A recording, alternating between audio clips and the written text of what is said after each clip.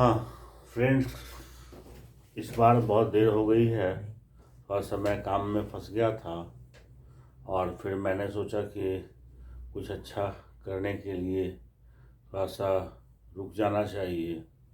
और आपको मैं बता दूं कि मैं अनअकैडमी में भी ज्वाइन कर लिया है।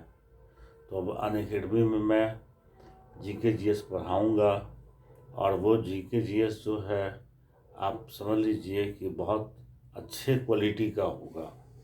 पढ़ाने के लिए मैं CDS NDA CAPF और ये आप FCAT वगैरह के लिए पढ़ा रहा हूँ, डिफेंस के लिए। लेकिन आप जान लीजिए कि किसी भी एग्ज़ाम के लिए अगर आप जीके जीएस की तैयारी कर रहे हैं तो आप निश्चिंत होकर के मुझ पर भरोसा कर सकते हैं। खैर, मैं आगे भी अपना वीडियो डालता रहूँगा और अपना भी देता रहूँगा, इसमें भी मैं आपको बताऊँगा। तो मैं आपसे एक बात ज़रूर कहता हूँ कि अगर आप अनअकैडमी अगर ज्वाइन करना चाहेंगे तो मैं अपना कोड आपको ज़रूर दे दूँगा। आप मेरे कोड से ज्वाइन करेंगे तो आपको 10% का मतलब रिबेट मिलेगा। ठीक है, खैर छोड़िए इन सब बातों को। आप आइए कि और क्या क्या ऐसा है जो पूछा जा सकता है। तो यहाँ पर देखिए LNG का मतलब मैंने लिखा है कि LNG का फुल फॉर्म भी कई बार एग्जाम में पूछ देता है। इसलिए आपको LNG का फुल फॉर्म यानी कि LNG का मतलब लिक्विफाइड नेचुरल गैस याद रखना चाहिए। ओके, आगे बढ़िए। बिहार के राज्यपाल फागू चौहान हैं। ये इम्पोर्टेंट है भी, खासकर बिहार के जो बच्चे हैं जो तैयारी कर रहे हैं बिहार के किसी भी परीक्षा के लिए, तो वहाँ तो पूछा जा ही सकता है। इसके अलावा केंद्र सरकार की भी किसी परीक्षा में पूछा जा सकता है। और आजकल तो वैसे भी कंप्यूटर पे टेस्ट होते हैं, तो बहुत सारे बच्चों जिसका अलग अलग सेट बना होता है, तो इसमें किसी में आ सकता है। तो आप याद रखिए, इसलिए क्योंकि बिहार में भी अभी इलेक्शन हुआ है और बिहार में विधानसभा के चुनाव हुए हैं, तो उसके बाद नीतीश कुमार की सरकार बनी है और इसलिए आपको याद रखना चाहिए कि बिहार के राज्यपाल जो हैं वो फागू चौहान हैं।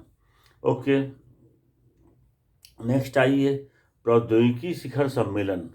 ठीक है, आप कह सकते हैं कि टेक्नोलॉजी पे शिखर सम्मेलन का आयोजन कहाँ किया गया, तो आपको याद रखना है बेंगलुरु में। बेंगलुरु टेक समिट 2020, इसका उद्घाटन तो नरेंद्र मोदी जी ने किया, प्रधानमंत्री श्री नरेंद्र मोदी ने किया। लेकिन जैसे अगर आपसे पूछा जाएगा तो ये नहीं पूछेगा कि बेंगलुरु टेक समिट, क्योंकि इसमें तो क्लियर है ही दिया हुआ।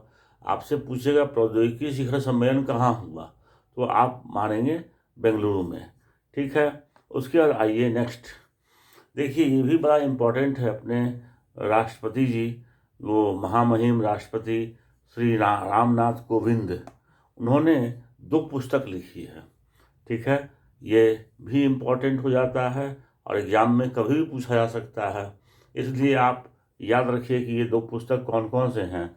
एक तो है द रिपब्लिकन एथिक और दूसरा है लोकतंत्र के स्वर। इसका भी हाल ही में विमोचन किया गया है। तो इसका विमोचन किया गया, अगर ये दोनों बुक में से कोई पूछ सकता है तो ये पूछ सकता है कि आपको ये लोकतंत्र के स्वर के लेखक कौन हैं या द रिपब्लिकन एथिक के लेखक कौन हैं, तो आपको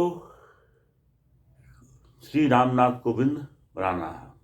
ओके, आगे बढ़ते हैं। ऑस्ट्रेलिया के प्रधानमंत्री स्कॉट मॉरिसन हैं।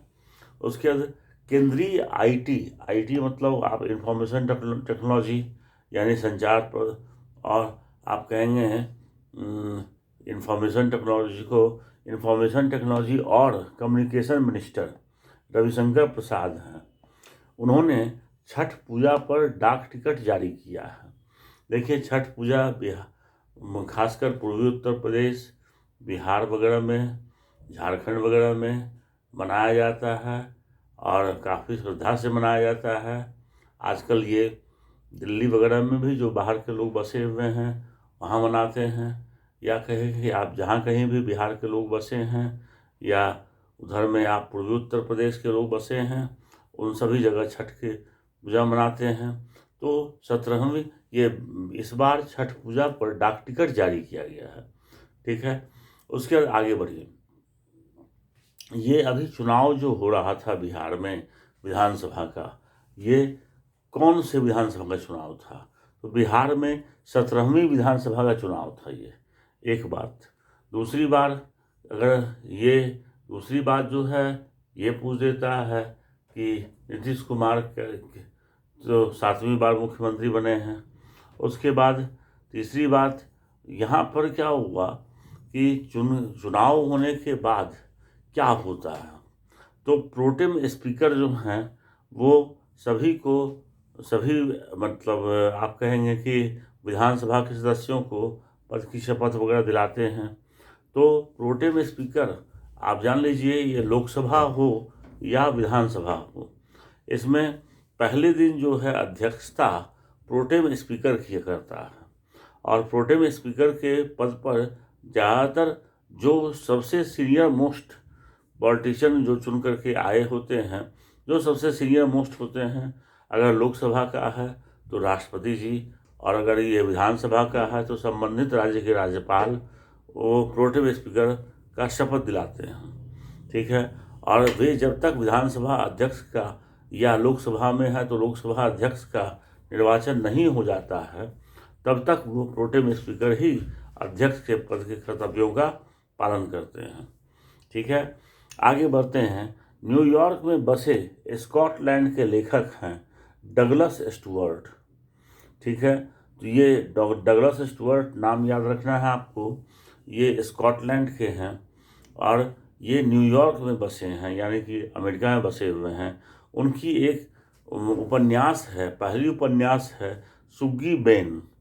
सुग्गी बेन को बुकर पुरस्कार मिला है 2020 का, तो इसलिए ये बड़ा इम्पोर्टेंट बन गया। किसी न किसी परीक्षा में तो आना ही आना है। आगे बढ़ते हैं हम लोग। भूटान के लिए रुपे कार्ड लॉन्च किया गया है। ठीक है, भूटान के लिए रुपे कार्ड लॉन्च किया गया है और ये आप जान लीजिए, रुपे कार्ड जो है वो इंडिया में तो चल ही रहा है, लेकिन अब ये भूटान के लिए भी जारी किया गया है। तो अब ये भूटान के तरफ के प्रधानमंत्री कौन हैं? लोते शेरिंग। तो ये जो है भूटान के प्रधानमंत्री हैं और रुपे कार्ड भूटान के लिए भी लॉन्च किया गया है। ये बात भी आप याद रखेंगे।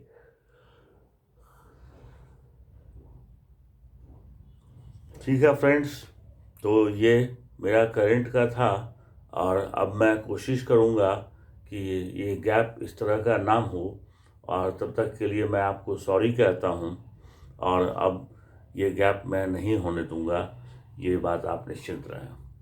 ठीक है, फिर मिलते हैं। अभी मुझे फंडामेंटल राइट पे भी मैं आपको एक देने वाला हूँ, और ये मुझे मैंने आप समझिए कि रिक्वेस्ट आया था कि सर फंडामेंटल राइट पे कुछ बता दीजिए, तो मैं उस पर भी देने वाला हूँ। आप इंतज़ार कीजिए तब तक। Okay, bye.